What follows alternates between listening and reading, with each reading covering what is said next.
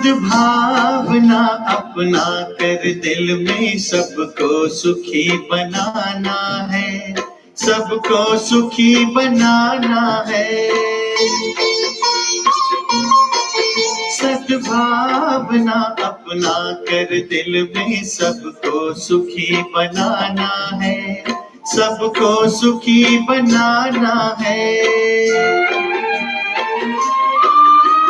सबको सुखी बनाना है, अब नई संस्कृति लाना है, अब नई संस्कृति लाना है। सद्भावना अपना कर दिल में सबको सुखी बनाना है, सबको सुखी बनाना है।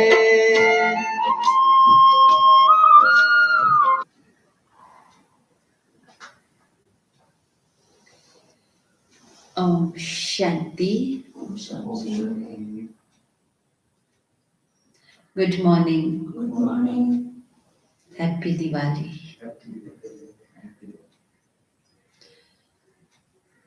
हाम्रो लागि त सधैँ नै दिवाली हो। दिवालीको मतलब नै हो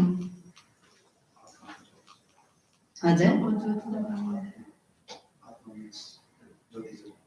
आत्माको ज्योति जगाउनु। अरू दुनियामा भन्छ फेस्टिभल अफ लाइट्स।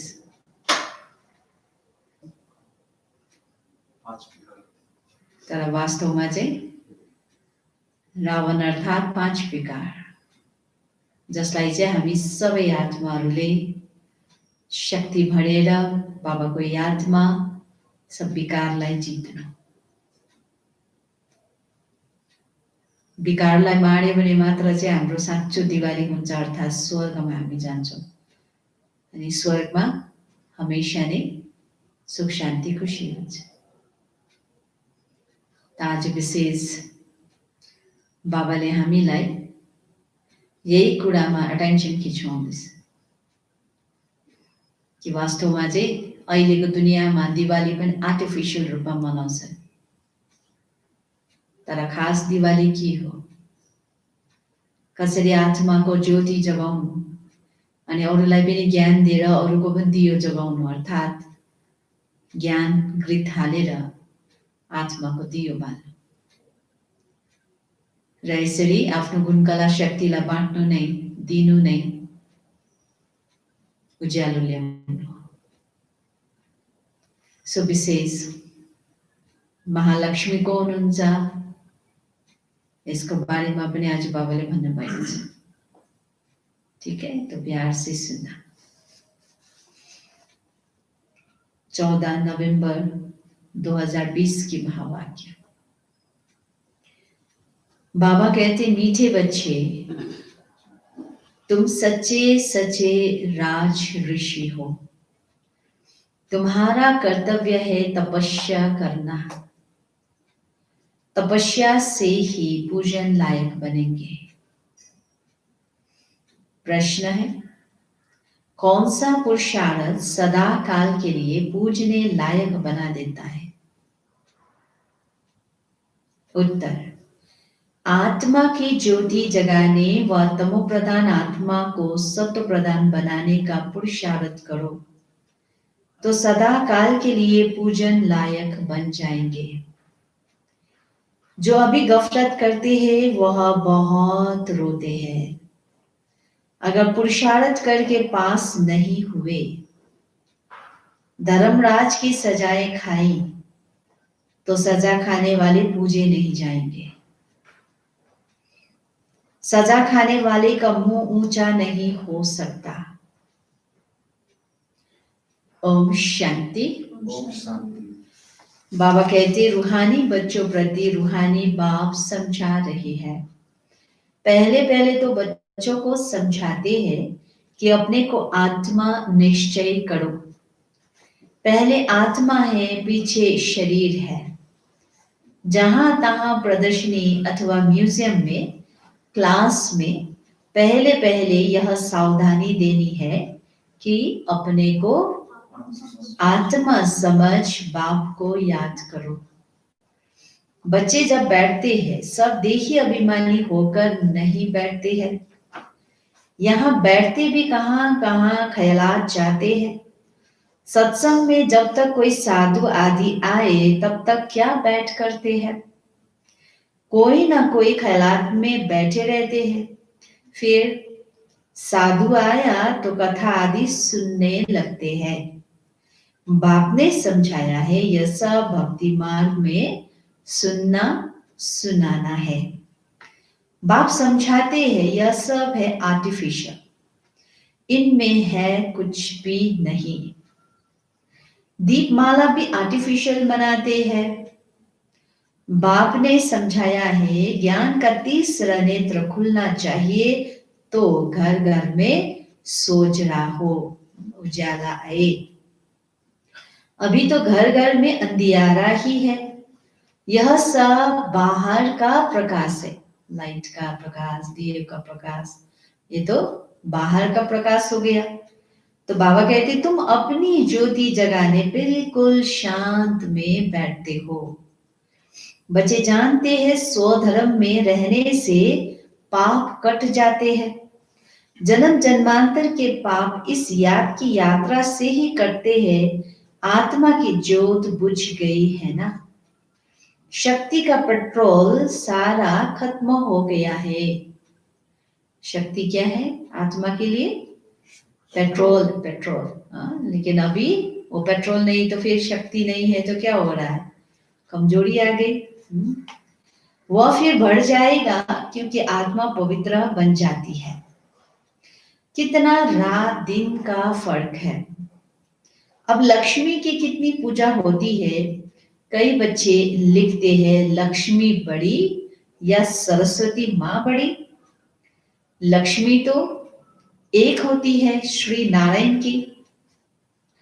अगर महालक्ष्मी को पूछते हैं तो उनको चार भुजा दिखाते हैं, उसमें दोनों आ जाते हैं। वास्तव में उसको लक्ष्मी नारायण की पूजा कहा जाए। चतुर्भुज है ना, दोनों इकट्ठे चार हाथ दिखाते हैं तो इसका मतलब लक्ष्मी नारायण का वो यादगार के रूप में दिखाया है। परंतु मनुष्य को कुछ भी समझ नहीं है। बेहद का बाप कहते हैं कि सभी बेसमझ बन पड़े हैं। लौकिक बाप कभी सारी दुनिया के बच्चों को कहेंगे क्या कि बेसमझ है? अभी बाबा कहते तुम बच्चे जानते हो विश्व का बाप कौन है। खुद कहते हैं मैं सभी आत्माओं का बाप हूं। शिव बाबा खुद कहते हैं मैं सभी आत्माओं का बाप हूं, तुम सब मेरे बच्चे हो। वो साधु लोग तो कह देंगे सब भगवान ही भगवान है। तुम जानते हो बेहद का बाप बेहद का ज्ञान समझा रहे हैं हम आत्माओं को। किसको समझा रहे? हम आत्माओं को। मनुष्य को तो देह अभिमान रहता मैं फलाना हूं, मैं फलाना हूं। शरीर पर जो नाम पड़ा है उस पर चलते आए हैं। अब शिव बाबा तो है निराकार सुप्रीम सोल, उस आत्मा पर नाम है शिव। आत्मा पर नाम एक ही शिव बाबा का है, बस वह है परमात्मा। परमात्मा उनका नाम है शिव। बाकी जो भी आत्माएं ढेर की ढेर है उन सब के शरीरों के नाम पड़े हुए हैं। शिव बाबा यहाँ रहता नहीं है, वह तो परम धाम से आते हैं। शिव अवतरण भी है। अभी बाप ने तुमको समझाया है सभी आत्माएं यहाँ आती है पाठ बजाने। बाप का भी पाठ है ना, बाप तो बहुत बड़ा काम यहाँ करते हैं। अवतार मानते हैं तो उनकी तो हॉलीडे और स्टैंप आदि होनी चाहिए। सब देशों में हॉलीडे होनी चाहिए क्योंकि बाप तो सबका सदगति दाता है ना। उनका जन्मदिन और चले जाने का दिन डेट आदि का भी पता नहीं पड़ सकता क्योंकि यह तो न्यारा है ना। इसीलिए सिर्फ शिवरात्रि कह देते हैं। यह भी तुम बच्चे जानते हो आधा कल्प है बेहद का दिन। आधा कल्प है बेहद की रात। रात पूरी होकर फिर दिन होता है, उसके बीच में बाप आते हैं। यह तो एक्यूरेट टाइम है। मनुष्य जन्मते हैं तो म्यूनिसिपैलिटी में नोट करते हैं ना, फिर 6 दिन के बाद उसका नाम रखते हैं, उसको कहते हैं नामकरण। कोई छठी कहते, भाषाएं तो बहुत है ना। लक्ष्मी की पूजा करते हैं, आतिशबाजी जलाते हैं। तुम पूछ सकते हो जो लक्ष्मी का त्योहार आप मनाते हो, यह कब तख्त पर बैठी? तख्त पर बैठने का ही कारुनेशन मनाते हैं, उनका जन्म नहीं मनाते। लक्ष्मी का चित्र थाली में रख उनसे धन मांगते हैं, बस और कुछ नहीं। मंदिर में जाकर भल कुछ मांगेंगे, परंतु दीपमाला के दिन तो उनसे सिर्फ पैसा मांगेंगे। हाँ? अभी क्या कर रहे होंगे? हाँ? लक्ष्मी की पूजा करते हैं तो पैसा मांगते हैं। पैसा देती थोड़ी है। यह जैसी जैसी भावना है, अगर कोई सच्ची भावना से पूजा करते तो अल्प काल के लिए धन मिल सकता है। यह है ही आधा कल का सुख। कहा तो स्थायी सुख भी होगा ना, स्वर्ग का तो उन्हों को पता ही नहीं है। यहाँ स्वर्ग की भेंट में कोई खड़ा हो नहीं सकता।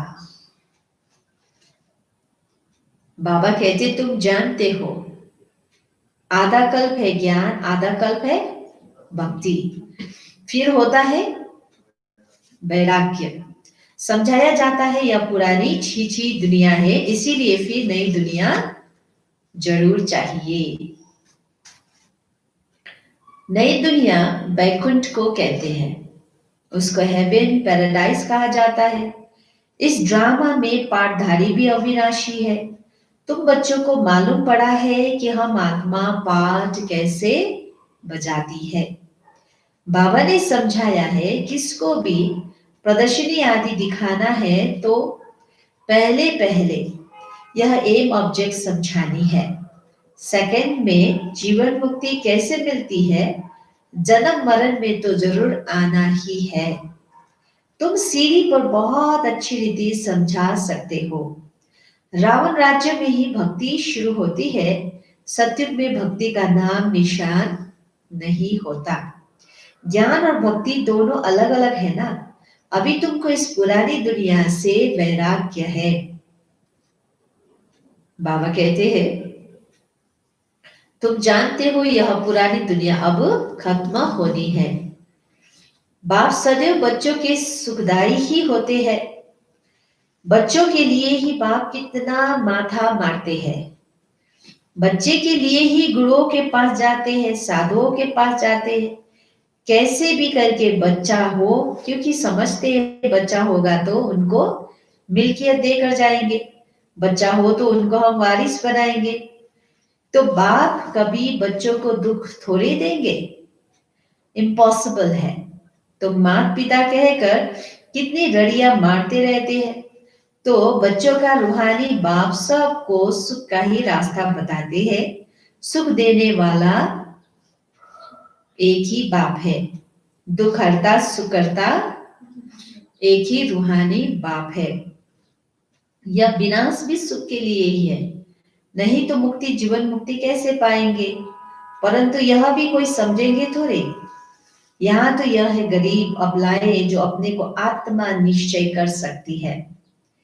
बाकी बड़े लोगों को देह का अभिमान इतना कड़ा पक्का हो गया है जो बात मत पूछो। बाबा बार बार समझाते तुम कौन। शुरू में क्या बताया बाबा ने, राज ऋषि हो। ऋषि हमेशा तपस्या करते हैं, वह तो ब्रह्म को तत्व को याद करते हैं या कोई काली आदि को भी याद करते होंगे। बहुत सन्यासी भी है जो काली की पूजा करते हैं, माँ काली के पुकारते हैं। बाबा कहते इस समय सब भिखारी है। काम चिता पर बैठ सब काले हुए हैं, माँ बाप बच्चे सब काले हैं। बात है यह बेहद की बात है। सत्युग में काले होते नहीं, सब है गोरे। फिर कभी सांवरे बनते हैं, यह तुम बच्चों को बाप ने समझाया है।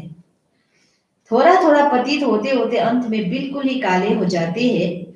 बाप कहते रावण ने काम चिता पर चढ़ाए बिल्कुल काला बना दिया है, और फिर तुमको ज्ञान चिता पर चढ़ाता हूँ। आत्मा को ही पवित्र बनाना होता है। अब पतित पावन बाप आकर पावन बनने की युक्ति बताते हैं। पानी क्या युक्ति बताएंगे, परंतु तुम किसको समझाओ तो कोटों में कोई ही समझकर ऊंच पद पाते हैं। अभी तुम बाप से अपना वर्षा लेने आए हो। 21 जन्मों के लिए तुम आगे चलकर बहुत साक्षात्कार करेंगे। तुमको अपनी पढ़ाई का सब पता पड़ेगा। जो अभी गफलत करते हैं फिर बहुत रोएंगे। सजाएं भी तो बहुत होती है ना, फिर पद भी भ्रष्ट हो जाता है, मुंह ऊंचा कर नहीं सकेंगे। इसलिए बाप कहते मीठे मीठे बच्चों, पुरुषार्थ कर पास हो जाओ।